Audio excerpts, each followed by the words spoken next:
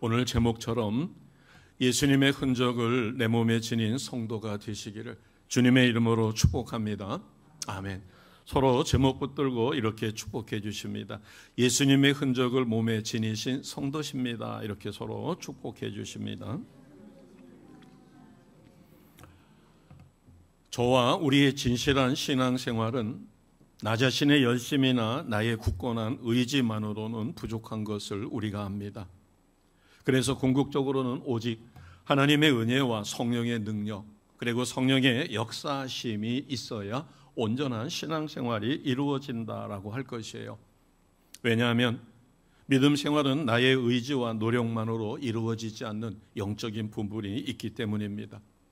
그래서 사탄은 우리가 신실한 믿음 생활을 하지 못하도록, 이것에서 벗어나도록 방해하는 것이 눈에 보이지 않는 부분보다 눈에 보이는 것에 집중하고 외형적인 것에 집착하게 만듭니다. 우리가 믿음의 눈으로 나 자신을 보면 내 속이 들여다 보이지만, 그러나 믿음의 눈으로 보지 않으면 나의 겉모습만 드러나서 나의 외적인 행실만 중요시 여기게 됩니다.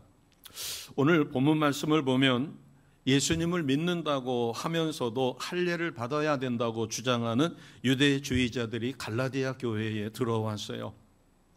그러면서 그들은 두 가지를 이야기합니다. 너희는 아브라함의 자손이 되는 징표인 할례를 받으라. 그리고 또 하나는 하나님의 백성이 되려면 반드시 할례를 받아야 된다고 가르칩니다. 그러나 이것은 성경적인 진리가 아니에요. 그래서 11절을 보면 바울이 뭐라고 이야기하는가 하면 내 손으로 너희에게 이렇게 큰 글자로 쓴 것을 보라. 그러면서 할례의 중요성이 중요한 것이 아니라 오직 믿음으로 구원받아 하나님의 사랑으로 거듭날 것을 가르쳐 줍니다. 그러면 왜 유대주의자들은 이렇게 할례를 강조할까? 12절을 보십니다. 육체의 모양을 내려 하는 자들이 억지로 너희에게 할례를 받게 한다. 그러니까 여기 육체의 모양을 낸다라고 하는 것은 나는 이렇게 하나님을 잘 믿소 하고 나를 드러내고 싶은 그런 사람들을 이야기합니다.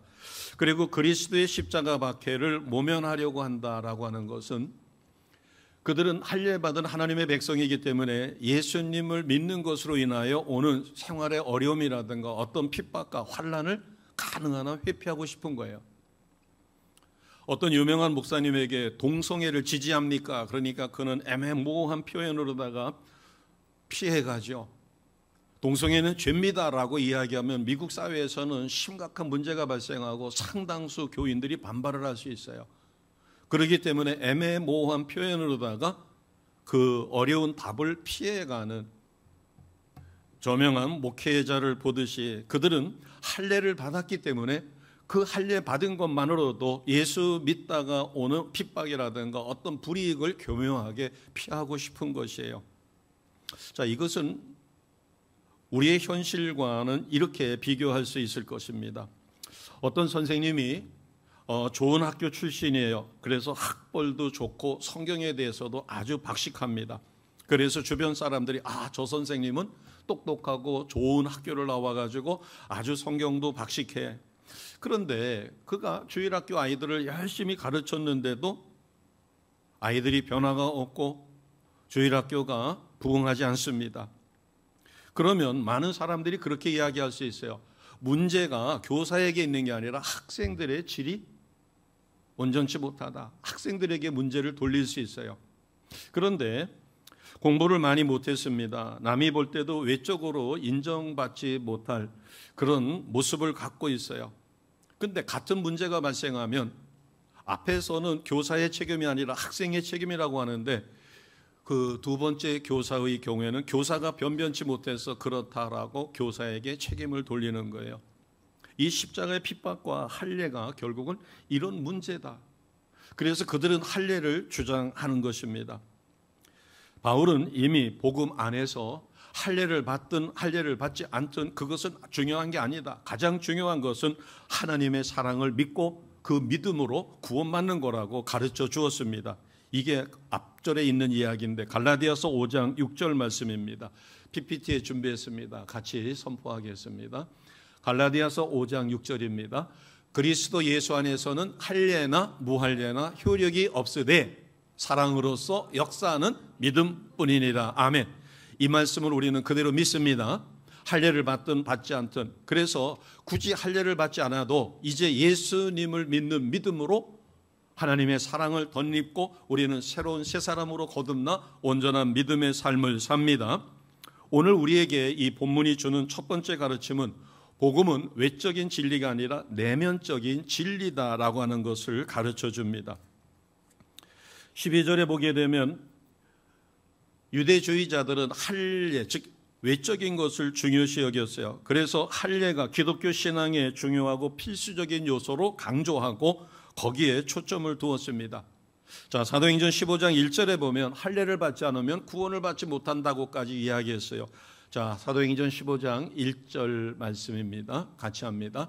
어떤 사람들이 유대로부터 내려와서 형제들을 가르치되 너희가 모세의 법대로 할례를 받지 아니하면 능히 구원을 받지 못하리라 하니, 이것은 잘못된 진리입니다. 잘못된 진리임에도 불구하고 그들은 집요하게 할례를 받지 못하면 구원받지 못한다. 즉 구원받으려면 할례를 받아야 된다라고 잘못된 교리를 가르쳐요. 왜 이렇게 할례를 강조할까? 그러면 이것이 오늘날 우리의 삶하고는 어떤 관계가 있을까? 우리가 알고 있듯이 할례는 조그마한 외적인 수술에 불과합니다. 표피를 제거하는 것에 불과해요. 구원을 확보해주는 필수 조건이 아닙니다. 할례는 이스라엘 백성이 하나님의 선택받은 백성이라고 하는 것을 구약시대에 그것을 가르쳐 주었던 하나의 징표였어요. 자, 바울은 이 문제에 대해서 분명하게 이렇게 선포합니다. 로마서 2장 28절에서 29절이에요. 같이 하겠습니다. 무릇 표면적 유대인이 아니요 표면적 육신의 할례가 아니니라. 오직 이면적 유대인이 유대인이며 할례는 마음에 할지니 영에 있고 율법 조문에 있지 아니한 것이라. 그 칭찬이 사람에게서 아니요 다만 하나님에게서니라. 아멘. 기독교는 신앙의 내면을 강조하는 믿음의 삶을 중요시 여긴다. 그러면 이것을 우리가 어떻게 이해를 해야 될까? 그래서 이렇게 생각하면 될 것입니다. 회개에는 피상적인 회개가 있고 진정한 회개가 있어요. 물론 피상적인 회개도 필요합니다.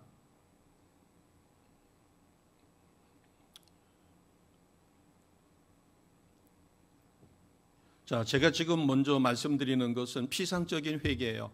나쁘다는 뜻이 아닙니다. 이 단계에서 더 깊은 단계로 들어가야 되는 거예요. 주의를 성수하지 못한 것, 또 헌신하지 못한 것, 봉사하지 못한 것, 그 다음에 원망과 불평으로 인하여 자기의 마음에 상처를 입게 됐던 것, 이것이 깨닫고 보니까 잘못되었다라고 생각해서 하나님 앞에 잘못을 고백합니다. 이것은 피상적인 회개예요. 자신의 겉으로 드러나는 행동에 대해서. 그러나 그러면 진정한 회개는 무엇인가? 왜 주일 성수를 내가 하고 싶으면 하고 안 하고 싶으면 안 했고 이렇게 왔다 갔다 하는가? 그리고 신앙이 어떨 때는 뜨겁고 어떨 때는 차고 어떨 때는 아주 냉랭해서 예배조차도 등한시하게 되는가? 그것의 근본 원인은 어디에 있는가 하면 내 삶의 주인이 나였다는 겁니다. 자, 내 삶의 주인은 누구여야 돼요? 예수님이십니다. 같이 합니다. 예수님이시다. 그래서 예수님을 우리는 주님 이렇게 부르는 거예요. 나는 예수님께서 십자가에서 핏값으로 나를 노예상에 죄의 노예였던 진노의 자녀였던 나를 핏값으로 하나님이 대가를 지불하고 나를 하나님의 자녀로 다시 구원해 주었습니다. 그래서 구속, 대가를 지불하고 피로 주님의 죄 없으신 생명으로 나를 사주셨기 때문에 내 인생의 주인은 바로 예수님이십니다. 하나님이십니다.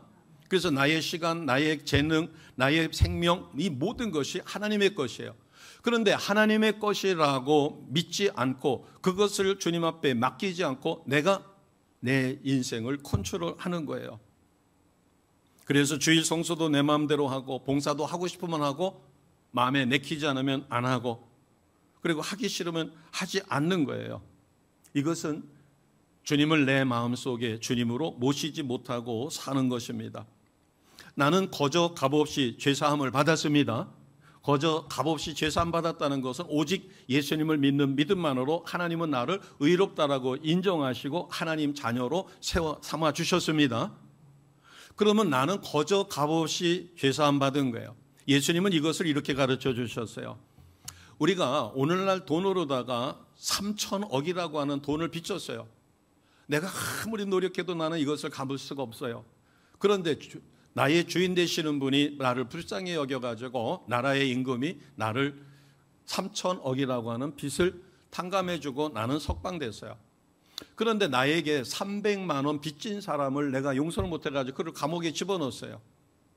그랬더니 나라님이 나를 너는 3천억이라고 하는 빚을 내가 갚아주었는데 용서해 줬는데 탕감해 줬는데 300만 원 빚진 자를 용서 못해서 그를 감옥에 집어넣었어? 너 다시 감옥에 들어가.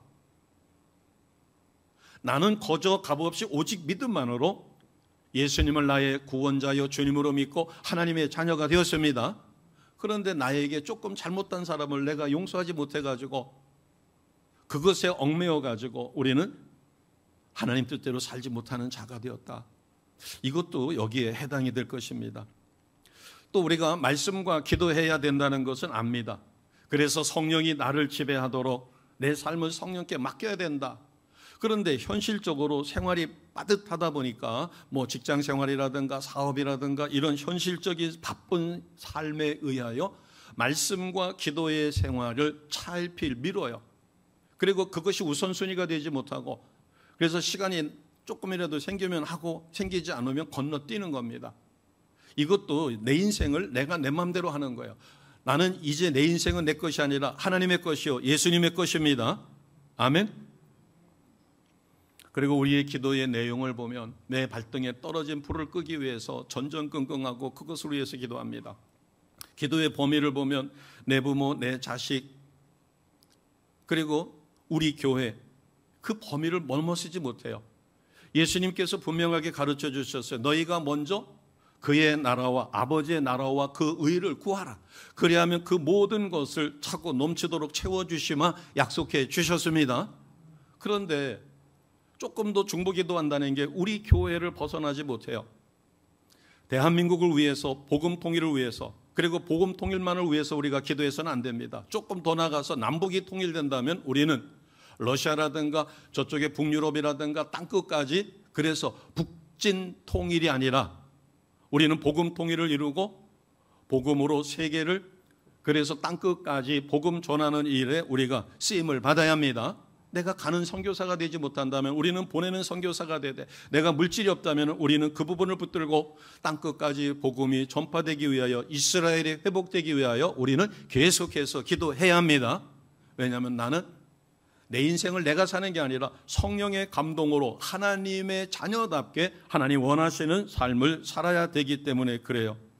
자, 두 번째로 주시는 가르침은 우리가 말씀 속에 들어가면 내가 죄인이라는 사실을 철저히 깨닫게 합니다.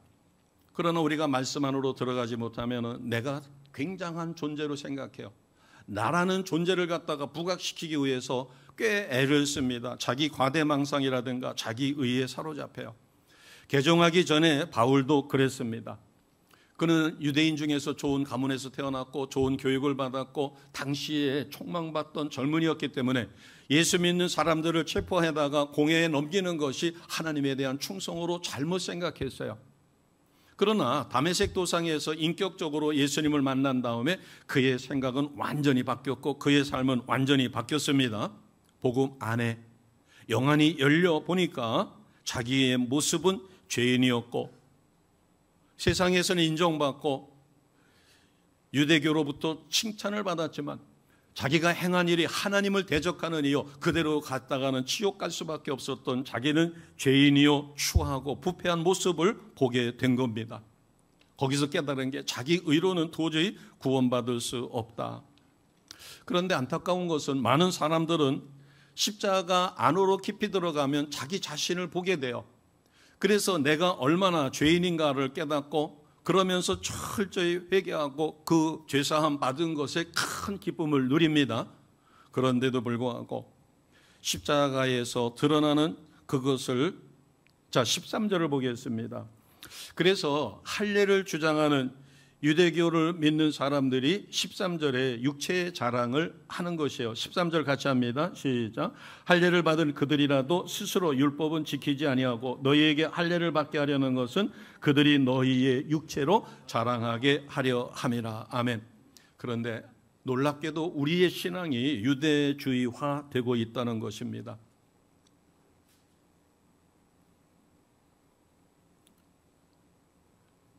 교회 안에서도 여전도 회장이라든가 남전도 회장이라든가 회장을 할 때는 얼마나 열심히 하고 또 자기를 따르게 하기 위해서 밥도 사주고 선물도 사주고 그렇게 섬겨가지고 자기가 회장할 때는 정말로 열심히 해요. 그런데 이제 몇 년 지난 다음에 회장을 다른 사람이 할 때 회비도 제대로 내지도 않고 참여도 하지 않고 도와달라고 이야기를 해도 시큰둥해요. 자기가 회장할 때는 자기를 드러내기 위해서. 그러면 하나님을 믿는 사람이 회장을 하든 회장을 하지 않든 간에 하나님 앞에 헌신봉사 충성은 한결같아야 되는데 회장을 할 때는 열심히 해서 자기를 드러내고 자기가 회장을 딱 물려주고 나니까 도와주지도 않고 협조하지도 않는다. 이것이 바로 여기에 13절에 육체로 자랑하려 하는 유대주의화 되는 것입니다. 우리가 진실로 회개해야 될 것은 외형적으로 드러난 행동, 이것도 중요하지만 왜 그런 행동이 일어나는가? 그것은 내가 내 인생의 주인이 되기 때문이에요. 바울은 이것을 철저히 깨달았습니다. 그래서 뭐라고 고백했는가 하면 갈라디아서 2장 20절, 우리에게 주는 아주 귀한 교훈이죠. 같이 하겠습니다. 내가 그리스도와 함께 십자가에 못 박혔나니 그런즉 이제는 내가 사는 것이 아니요 오직 내 안에 그리스도께서 사시는 것이라. 이제 내가 육체 가운데 사는 것은 나를 사랑하사 나를 위하여 자기 자신을 버리신 하나님의 아들을 믿는 믿음 안에서 사는 것이라. 아멘. 이제는 내가 사는 게 아니라 누가 사는 거예요? 내 안에 예수 그리스도께서. 그래서 우리의 기도의 제목이 이제는 내가 사는 것이 아니라 내 안에 예수 그리스도께서 나를 지배하여 나를 다스리는 삶. 그래서 우리는 주님 뜻대로 사라지는 이와 같은 믿음의 삶을 사셔야 합니다. 이것을 보고 이것이 이루어지지 않았을 때 우리는 철저하게 회개를 하는 것이에요.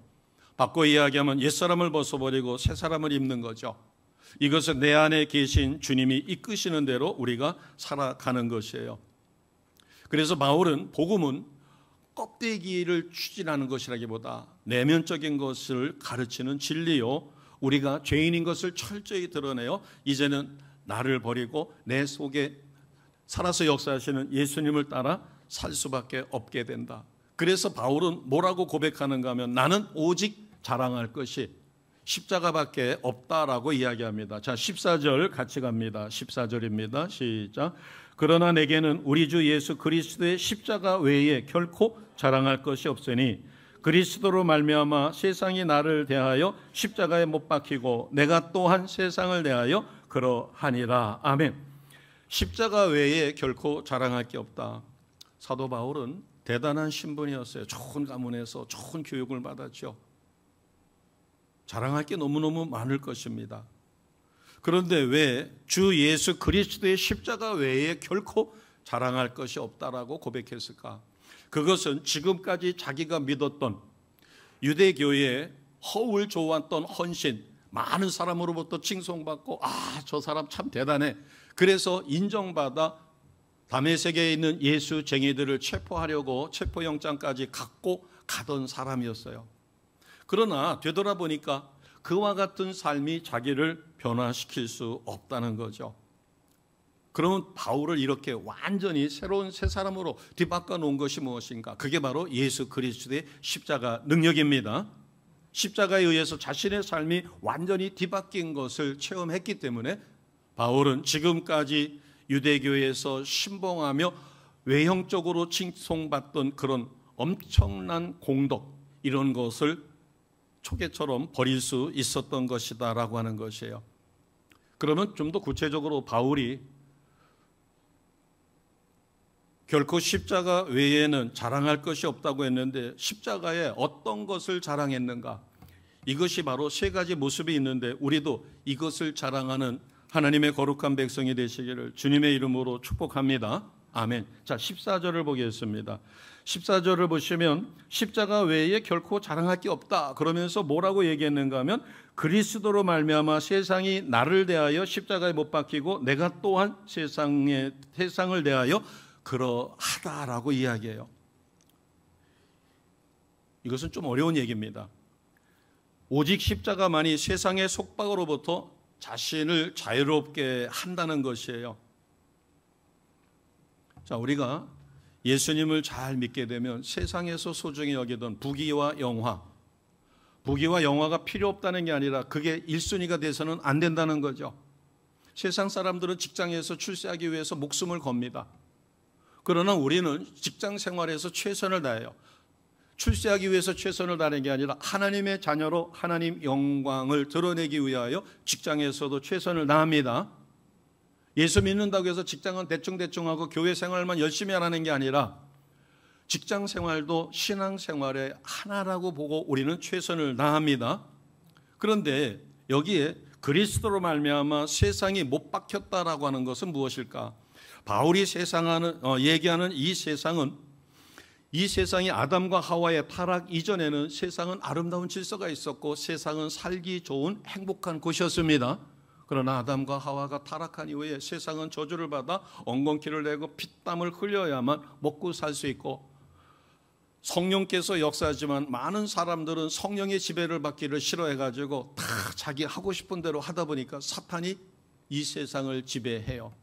그래서 이 세상을 보면은 사회 질서가 잘못되어 있습니다. 그리고 이 시스템 자체가 잘못되어 있죠. 지금 대한민국 외국에서도 그 주장에게는 철저하게 복종을 합니다. 우리가 얼핏 생각하면 외국 사람들은 뭐 자유분방하니까 아니에요. 주장에게 대들었거나 주장에게 반발을 했었을 때는 그 집단으로부터 도태를 당합니다. 대한민국에서 위기 질서가 분명한데도 불구하고 이런 일이 벌어졌다. 더 심한 것은 이미 1심 재판, 2심 재판에서 유죄가 선고가 됐어요. 이제 대법원 판결만 남았습니다. 그런데 새로운 정당을 창당해가지고 와, 세상에 어떻게 대한민국이 여기까지 왔을까? 그 다음에 아직 확정되지는 않았지만 주변에 있는 사람들이 유죄를 받아가지고 줄줄이 감옥에 갔어요. 더 이상 얘기하면은 그러니까 누군지 아실 겁니다. 이 세상은 뭔가 질서가 잘못됐어요. 이미 절대 가치가 상실된 지 오래입니다. 세상은 원래 코스모스라고 해서 질서라는 의미를 갖고 있어요. 타락하기 이전에는 아름다운 질서가 있었고 모두가 행복하게 살 수 있는 여건이 만들어졌지만 타락 이후에 악한 사탄은 하나님이 만들어 놓은 좋은 질서를 파괴하여 잘못된 질서로 그리고 고장난 시스템에 의하여 돈 많은 사람은 더 돈을 가질 수 있고 가난한 사람은 헐벗고 굶주리고 그래서 빈익빈 부익부 현상이 심각합니다. 자, 이것을 쉽게 이야기하면 세상은 황금 만능주의 사상에 사로잡혀 있어요. 뭐니 해도 돈이 최고다. 결혼하려면 서로 이상이 맞고 가치관이 맞고 뭐 이런 것이 중요하고 그 사람의 성품이 얼마만큼 중요하냐가 아니라 얼마의 돈을 갖고 있느냐, 아파트가 있느냐, 자동차 키가 있느냐 뭐 등등 재물이 최고가 되어져 버린. 더군다나 요즘에는 환승연애라는 게 있답니다. 저는 환승연애가 도대체 뭔지를 몰라가지고 그래서 검색을 해봤어요. 우리가 지하철을 환승하듯이 지하철은 환승, 그러니까 바꿔 타야 되는 데가 있습니다. 그런데 지금까지 어떤 애인을 사귀었어요. 그런데 애인과 헤어지자마자 다른 애인을 바로 사귀는 겁니다. 아무리 사람이 저기 하다고 해도 자, 오늘까지 애인과 친하게 지냈는데 애인과 헤어졌어요. 그런데 내일 새로운 애인을 만나가지고 또 친하게 지내요. 로봇도 아니고 기계도 아닌데. 그리고 또 TV 프로그램에 환승연애라는 게 있어요. 그래서 환승연애를 뭐라고 이야기했는가 하면 연인이 사귀다가 그 연인과 관계가 끝나면서 바로 다른 연인을 사귀고 이렇게 하는 거니까 갈아탄다라고 이야기하더라고요. 이건 인간 사회에서 환승연애라고 하는 것은 어느 누가 보더라도 아니 최소한 한 달을 쉬거나 뭐 두 달을 쉬거나 이렇게 있다가 또 좋은 사람을 만나서 다른 사람을 만나가지고 서로 사랑할 수 있겠죠. 그런데 끝내자마자 다른 사람, 그래서 환승연애 대상자가 됐던 사람이 제일 화가 나는 것이 자기랑 사귀고 있으면서 이미 다른 사람하고 내통했지 않으면 어떻게 오늘 헤어졌는데 내일 다른 사람을 사귀느냐. 그래서 환승연애는 인간으로서는 있을 수 없는 거라고 거기에 또 그렇게 기록된 것도 있더라고요. 인간 생명을 경시하는 사상, 극단적인 이기주의, 이것이 바로 이 세상의 잘못된 질서입니다. 자, 바울은 에베소 교회 성도들에게 이렇게 이야기해 줬어요. 에베소서 2장 1절에서 3절을 보겠습니다. 에베소서 2장 1절에서 3절입니다. 같이 합니다. 그는 허물과 죄로 죽었던 너희를 살리셨도다. 그때에 너희는 그 가운데서 행하여 이 세상 풍조를 따르고 공중의 권세 잡은 자를 따랐으니 곧 지금 불순종의 아들들 가운데서 역사하는 영이라. 전에는 우리도 다 그 가운데서 우리 육체의 욕심을 따라 지내며 육체와 마음이 원하는 것을 하여 다른 이들과 같이 본질상 진노의 자녀이었더니. 아멘. 우리가 예수님을 믿고 하나님의 은혜 가운데 새 사람으로, 하나님의 사람으로, 예수님의 제자로 거듭나지 않는다면 우리는 결국 지옥 갈 수밖에 없는 진노의 자녀입니다. 왜냐하면 우리의 욕심을 따라서 살게 돼요. 그리고 내가 욕망적으로 원하는 것을 행하게 됩니다. 사도 바울은 영안이 열려서 구원받기 전에 자신의 모습을 보니까 세상에서는 칭찬받고 잘한다 그렇게 했지만 자기는 죽은 자였죠. 영이 죽어 있었으니까. 그래서 에베소서 2장 1절에서 3절로 이야기하면 세상 풍속을 따랐다. 유대교에서는 최고였죠. 인정받았죠. 그래서 체포영장을 받아가지고 다메섹에 있는 예수쟁이들을 체포하러 갈 정도였었으니까 세상 풍속을 따르고 공중권세 잡은 자, 여기 공중권세 잡은 자는 사탄입니다. 그리고 육체의 욕심을 따라, 그리고 육체가 원하는 것을 행하는 본질상 진노의 자녀였어요. 구원받기 전에. 그러나 그가 예수님을 만나 인격적으로 예수님을 영접한 다음에 그가 변화되는 삶을 살게 되니 지금까지 자신이 살아왔던 그것이 얼마나 잘못된 것인가. 그리고 유대교가 얼마나 외형적이고 정말 참된 메시아를 이 땅에 보내셨는데 자신들의 생각에 사로잡혀 예수를 영접하지 못하는 큰 죄를 저지르고 있는 거죠.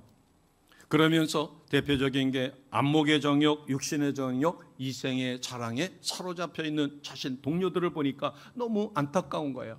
자, 이것은 요한일서 2장 15절에서 16절에 이렇게 우리에게 가르쳐 줍니다. 같이 합니다.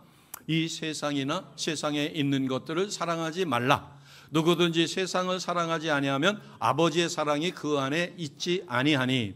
이는 세상에 있는 모든 것이 육신의 정욕과 안목의 정욕과 이생의 자랑이니 다 아버지께로 온 것이 아니요 세상으로부터 온 것이라. 아멘. 우리가 조심할 게 세 가지가 나옵니다. 육신의 정욕이에요.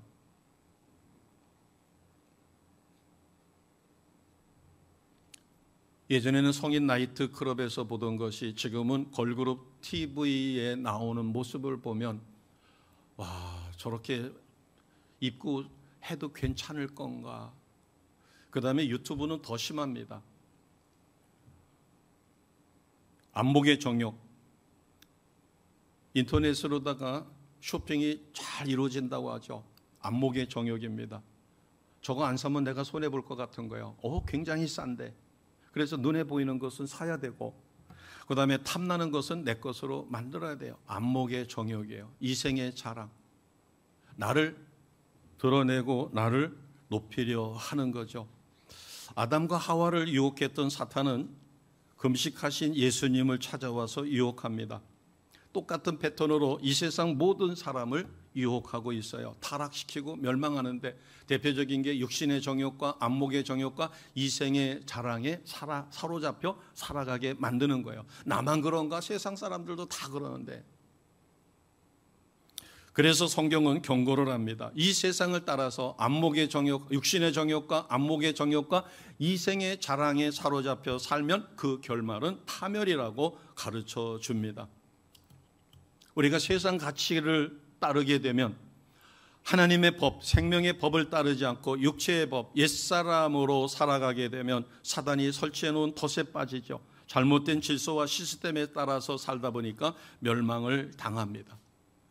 바울은 영안이 열려서 그것을 바라보고 아직도 그 늪에 빠져가지고 허우적대는 자기 동족들이 너무너무 불쌍해서 그들에게 참된 복음을 전하다가 39대를 몇 차례나 맞아서 죽을 고비를 수도 없이 넘깁니다.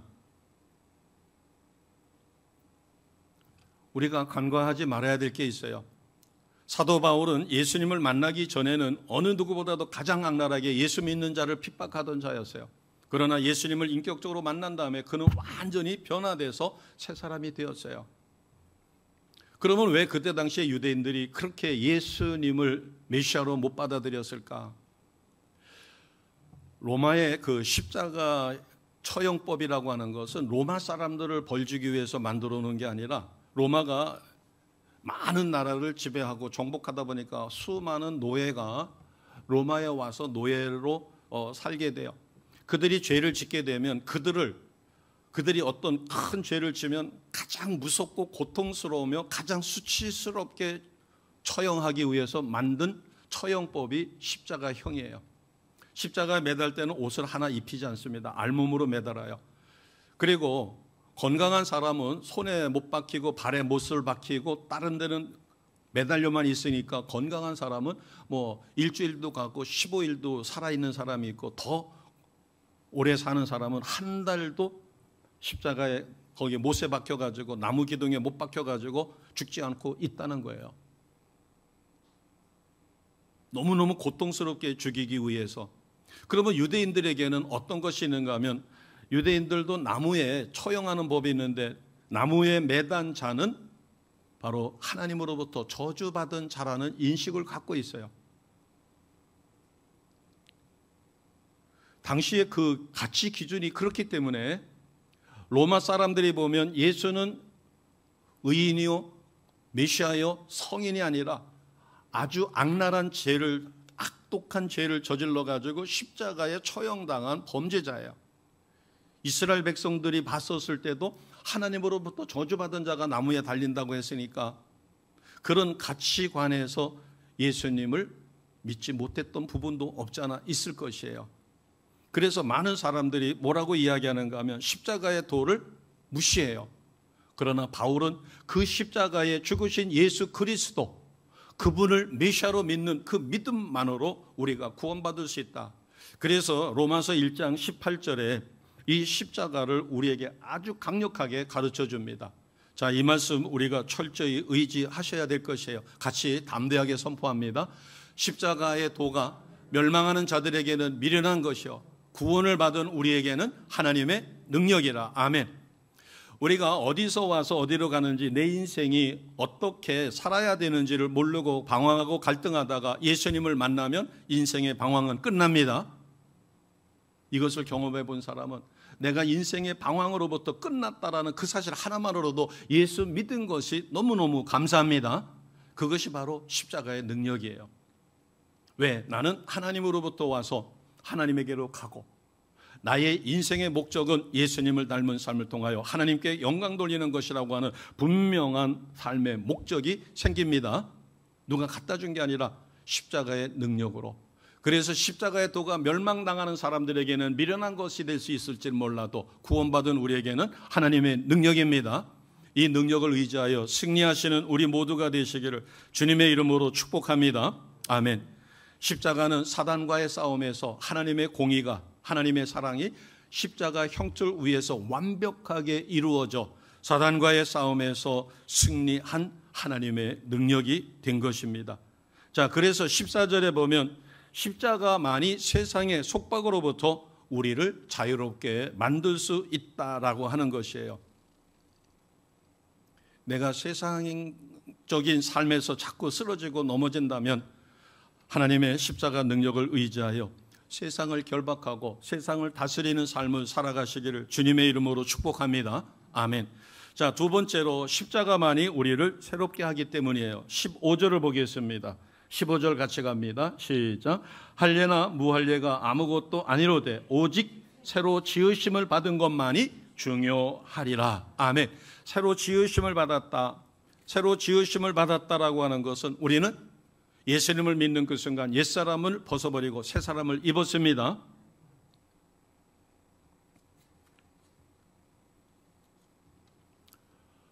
어떤 분이 그렇게 이야기할 수 있습니다. 목사님, 저는 거룩하고 성결한 삶을 살고 싶은데 자꾸 세상적인 것에 넘어져요. 그래서 자기는 어떤 수련회도 가서 보고 모두 했다고 그래요. 자, 가장 근본적인 원인은 어디에 있을까요? 왜 그 사람이 자꾸 옛생활로 돌아갈까요? 가장 중요한 것은 자기 인생을 누가 주관하고 있는가? 내 인생을 내가 주관하면 자꾸 넘어집니다. 옛사람으로 돌아가요. 잘못된 행실을 반복합니다. 그러나 내 인생의 주인은 내가 아니라 누구예요? 예수님이십니다. 성령 하나님이십니다. 이것을 철저히 의지하되 그것을 의지하려고 기도하다가 보면 내가 내 뜻대로 내 방식대로 기도하고 싶으면 하고 말고 싶으면 말고 목숨 걸고 하지를 못해요. 그것은 내가 주인이 돼서 그래요. 만약에 직장 생활을 소중하게 생각하지 않으면 내가 좀 몸이 아프다고 해서 직장 안 나가고 연락해서 안 나가고 그러면 직장에서 잘려요. 잘리다 보니까 생활에 핍박이 오겠죠. 핍급함이. 그렇기 때문에 직장은 몸이 불덩어리가 돼도 끙끙거리며 나가요. 왜? 소중하게 생각하니까. 내 인생은 내가 주관하는 게 아니라 하나님이, 성령님이, 예수님이 나의 인생의 주인이라는 사실을 우리가 철저히 믿는다면 이제는 내 방식대로 내가 하고 싶은 대로가 아니라 성경 말씀대로 우리는 철저히 살아지려 노력합니다. 내가 주인 노릇하면 옛생활로 쉽게 빠져요. 그러나 철저하게 그 부분이 잘못되었음을 회개하고 내가 스스로 예수님이 내 인생의 주인 되시는 것을 쫓기가 어려우니까 우리는 그래서 기도할 수밖에 없고 하나님 앞에 두 손 들고 SOS를 청해요. 주인 되시는 주님 뜻대로 살고 싶은데 안 되니까 나를 불쌍히 여기고 도와달라고 기도하면 강력한 성령의 역사가 일어납니다. 그러나 이런 절실한 마음, 진짜 회개가 무엇인가를 깨닫지 못하고 피상적으로 외형적인 형식적인 회개에 빠졌을 때는 진정한 성령의 역사가 일어나기가 어렵죠. 그래서 우리가 꼭 기억해야 될 것은 나는 예수님을 믿기 전에 옛 생활에서 옛사람은 살았어요? 죽었어요? 옛사람은 죽었습니다. 같이 합니다. 옛사람은 죽었다. 그러면 나는 이제 뭘로 다시 살아났어요? 새 사람으로 다시 살아났습니다. 아멘. 그래서 하나님은 우리가 옛사람으로 사는 것이 아니라 타락된 아담의 후예로만 사는 것이 아니라 예수님으로 인하여 예수님을 믿고 새 사람으로 거듭난 삶을 살게 하기 위하여 예수님을 십자가에 못 박으시고 그 예수가 나를 위하여 죽으셨다는 사실을 믿는, 그래서 예수님이 나의 구원자요 주님이라는 사실을 믿는 하나님의 자녀로 변화되게 만들어 놨습니다. 나는 병든 게 아니라 죽었다라는 사실을 인정하지 못하면 자꾸 옛생활로 돌아가요. 자, 죽은 사람이 송곳으로 찌르면 아야 하고서 비명을 지를까요? 죽은 사람은 비명을 못 지릅니다.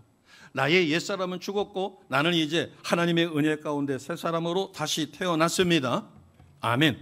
그렇기 때문에 우리는 이제 옛사람이 죽었기 때문에 옛사람의 미련을 갖는 게 아니라 나를 지배하는 새 사람으로, 그래서 성령으로. 그래서 왜 우리가 말씀과 기도의 삶을 살아야 되는가? 새 사람으로 살아가기 위해서 살다 보니까 말씀 붙들고 기도하지 않고는 도저히 새 사람으로 살 수가 없어요. 왜? 사탄이 계속 유혹해서 나를 옛사람으로 돌아가게 만듭니다.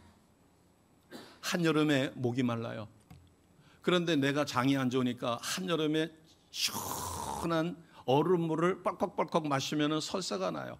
그러니까 어른 같으면 내가 장이 안 좋아가지고 여름철에 찬물을 마시면 설사가 나니까 마시더라도 입에다가 품었다가 찬기만 가지고서는 내뱉거나 아니면 조금 미지근한 입에다가 넣어가지고 조금 미지근하게 되면은 삼키죠.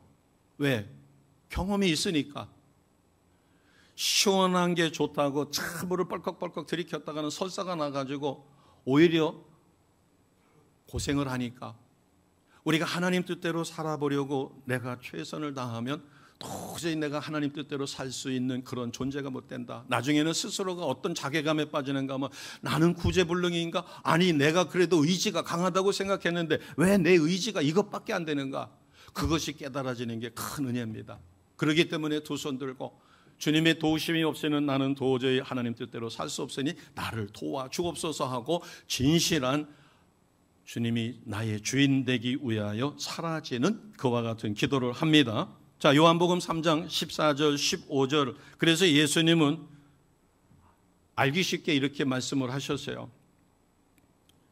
자, 우리가 구원받는 부분을 이렇게 이야기합니다. 같이 하겠습니다. 모세가 광야에서 뱀을 든 것 같이 인자도 들려야 하리니 이는 그를 믿는 자마다 영생을 얻게 하려 함이니라. 아멘. 모세 시대에 이스라엘 백성이 하나님을 원망합니다. 하나님이 그렇게 기적과 표적을 통하여 그들을 먹이고 입히고 재우고 이렇게 했지만 그러자 하나님이 진노하셔서 불뱀을 보내가지고 불뱀에 물린 사람은 다 죽어요. 그러자 이제 그들이 회개하고 하나님 앞에 부르짖으니까 하나님이 특이한 치료 방법을 내놓으셨어요.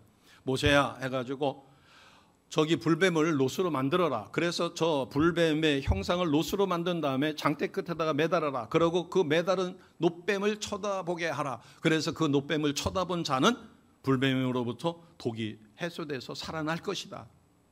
그런데 그것을 믿고 놋뱀을 장대 끝에 매달은 놋뱀을 쳐다본 자는 살았고, 에이그 저거를 봐가지고서는 이 독이 없어지겠어 해가지고 불신하고 쳐다보지 않는 자는 죽어갔죠. 자, 여기에서 놋뱀은 후에 장대 끝에 매달린 불뱀처럼 예수님이 십자가에 못 박히실 것을 가르쳐 주신 것이에요. 그래서 요한복음 3장 16절은 14절 15절 뒤에 이렇게 연이어지는 말씀입니다. 같이 하겠습니다. 하나님이 세상을 이처럼 사랑하사 독생자를 주셨으니 이는 그를 믿는 자마다 멸망하지 않고 무엇을 얻게 하려고요? 영생을 얻게 하려 하심이라. 아멘. 우리에게 필요한 것은 나의 옛사람은 죽고 새사람으로 다시 태어났다라고 하는 확실한 믿음, 그것을 통하여 영생을 얻어야 합니다. 자기의 노력으로다가 의로운 삶을 살려고 부단히 노력했지만 그것을 해결하지 못한 사람이 한밤중에 예수님을 은밀히 찾아왔어요. 니고데모 이야기입니다. 오늘날로 이야기하면 그는 성경학자였고 교수였습니다. 율법을 다 지켰어요. 자기가 하나님 뜻대로 살기 위하여 평생을 애를 썼지만 불가능했어요. 진실한 사람이었겠죠. 그러자 예수님의 소문을 듣고 찾아왔습니다. 어떻게 살아야 자기가 하나님 뜻대로 온전한 삶을 살 수 있겠습니까? 라고 하니까 예수님이 거듭나야 한다라고 가르쳐 줬어요.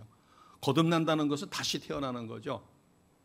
우리는 거듭나는 게 뭔지 압니다. 예수님을 믿고 나의 옛사람은 죽고 새사람으로 다시 태어났습니다. 2번 태어나는 거예요. 근데 이 니고데모는 2번 태어난다니까 제가 이렇게 어른이 됐는데 어떻게 어머니 뱃속에 다시 들어가서 다시 태어나겠습니까? 라고 반문을 한 거예요. 오해를 한 거죠. 그래서 예수님께서 물과 성령으로 거듭나야 한다고 가르쳐 주었어요. 물과 성령으로 거듭나야 한다. 우리가 거듭난 것은 내 믿음이 아니라 하나님이 나에게 믿어지는 믿음을 주셨습니다. 그래서 믿어지는 믿음으로 예수님을 나의 구원자 주님으로 영접하여 우리는 다시 태어나 새 생명을 얻었습니다. 장대 끝에 매달린 놋뱀을 쳐다보는 순종이 놋뱀이 물린 사람이 살아나듯이 예수님이 나의 구원자여 주님이신 것을 믿는 믿음만으로 우리는 영생을 얻습니다. 그래서 이 십자가만이 저와 우리를 온전히 새롭게, 그래서 십자가의 주님의 공로가 바로 우리를 온전히 새롭게 하신 것이에요. 자, 15절을 다시 한번 보겠습니다. 그래서 바울은 할례를 받든 할례를 받지 않든 그것은 중요한 게 전혀 아니라는 거예요. 중요한 것은 오직 새로 지으심을 받아야 된다라고 가르쳐 줬어요. 자, 이것을 고린도후서 5장 17절은 아주 명확하게 우리에게 이렇게 가르쳐 줍니다. 고린도후서 5장 17절이에요. 같이 선포합니다. 그런즉 누구든지 그리스도 안에 있으면 새로운 피조물이라. 이전 것은 지나갔으니 보라 새 것이 되었도다. 아멘. 우리는 예수님을 믿고 새 것이 되었습니다. 새로운 피조물이 되었습니다. 옛사람은 죽고 새 사람으로 다시 태어난 거예요. 우리가 조금 고쳐진 것이 아니라 완벽하게 새 생명으로 우리는 다시 태어났습니다. 새 것이 되었어요. 그리고 이 십자가만이 우리에게 평강과 긍휼을 줍니다. 16절 같이 합니다. 시작. 무릇 이 규례를 행하는 자에게와 하나님의 이스라엘에게 무엇과 무엇이 있을까요? 평강과 긍휼이 있을 것이다. 어떤 사람들은 그렇게 이야기합니다. 예수님을 믿는 것은 죽어서 천국 가는 것이다. 예, 물론 죽어서 천국 갑니다. 그러나 죽어서 천국 가는 것만이 중요한 것이 아니라 이 땅에 있는 동안에 우리는 예수님으로 인하여 내 마음의 두려움, 내가 어디서 왔다 어디로 가는지를 몰라가지고 방황하던 그 방황도 끝나고 삶에 분명한 목적이 생겼고, 전에는 잠자다가 악한 영에게 쫓겨가지고 뻘떡 일어나서 어휴 하고 식은땀이 흐르고 절벽에서 떨어지는 꿈을 꾸다가 일어나기도 하고, 뭔가에 쫓기다가 절대절명의 순간에 으악 하고서는 잠에서 깨어나지만, 우리가 예수 믿은 다음에는 우리는 나사렛 예수의 이름으로 선포하여 물리치며 싸워 승리하게 되어집니다. 그러면서 우리의 심령에 진실한 평강과 그리고 주님의 긍휼로, 그래서 우리는 두려움이 아니라 담대함이 생깁니다. 죽음의 두려움도. 그래서 우리는 죽음이라고 하는 것은 이 땅에서의 삶에 하나님 나라로서의 삶으로 이사가는 것으로 우리가 생각해서, 육신은 흙으로 돌아가지만 나의 영은 살아있기 때문에 우리는 죽음조차도 두려워하지 않습니다. 이 세상에서 어떤 종교가 죽음을 두려워하지 않을 수 있겠어요? 그래서 예수님은 이렇게 우리에게 가르쳐 주셨습니다. 요한복음 14장 27절이에요. 같이 하겠습니다. 요한복음 14장 27절 같이 합니다. 평안을 너희에게 끼치노니 곧 나의 평안을 너희에게 주노라. 내가 너희에게 주는 것은 세상이 주는 것과 같이 아니하니라. 너희는 마음에 근심하지도 말고 두려워하지도 말라. 아멘. 우리가 예수님을 나의 구원자 주님으로 진실로 믿고 섬기면 내 마음에 평강이 옵니다. 어떠한 역경과 환난이 있다 할지라도, 죽음이 기다리고 있다 할지라도 그것을 두려워하지 않는 담대한 믿음이 있는 것입니다. 세상이 주는 평안은 이렇게도 우리가 비유해 볼 수 있을 것입니다. 어떤 로또 복권 당첨된 30대입니다. 이거 좀 오래된 이야기예요. 그때 당시에 당첨금이 13억이었어요. 그러면 지금으로 이야기하면 1,300억 정도가 된다고 봐야 되겠죠. 그가 당첨이 되고 나니까 돈 걱정 끝났어요. 그 다음에 너무너무 좋은 겁니다. 물론 주변에서 도와달라고 일가 친척들이 와가지고선 도와달라는 것만 힘들었지, 나머지는 그 돈을 쓰는 4년 동안에는 너무너무 좋았던 모양입니다. 그러나 얼마나 흥청망청 썼던지 그 엄청난 돈을, 13억 당첨금 당시에 아파트 한 채 값이 1,000만 원 정도였었으니까 얼마나 큰 돈이었는가. 아마 지금 1,300억보다도 더 컸을 것이에요. 그런데 4년 만에 다 썼어요. 돈의 씀씀이가 4년 동안 얼마나 커졌겠어요. 이제 그것을 충당하지를 못하니까 훔치기 시작해서 135번째 절도를 하게 됩니다. 그러다가 경남 진주경찰서에 체포가 됐어요. 황모라고 하는 분이 34살이 돼서 절도죄로 체포됐을 때 그의 진술을 보면 135번이나 절도를 했다고 합니다. 세상이 주는 평안, 돈 쓰는 재미에 4년 동안은 평안을 유지했을는지는 몰라도, 재미있을는지는 몰라도 그것은 지속되지 못하죠. 미국에서 심리학자가 미국의 복권 당첨자들을 쭉 조사해 봤는데 약 92%가 복권에 당첨되기보다 당첨된 이후에 삶이 더 좋아진 것이 아니라 더 나빠졌고, 좋았던 형제간의 부부간의 관계도 깨지고, 8% 정도만 그것으로 인하여 정말 행복한 삶이 이루어졌고, 92% 정도가 오히려 당첨되지 않았더라면 더 나았을 뻔했다라는 그런 결과도 있습니다. 십자가만이 참된 긍휼과 참된 평안을 우리에게 준다는 것입니다. 그러면서 바울은 마지막 어떤 고백으로다가 이 말씀을 정리하는가 하면 17절입니다. 17절 같이 가겠습니다. 시작. 이후로는 누구든지 나를 괴롭게 하지 말라. 내가 내 몸에 예수의 흔적을 지니고 있노라. 아멘. 사도 바울은 평생 살아가며 예수님의 십자가 그 보혈의 공로, 그 삶의 흔적을 온몸에 지녔던 자입니다. 그렇기 때문에 그는 십자가만을 자랑할 수 있었어요.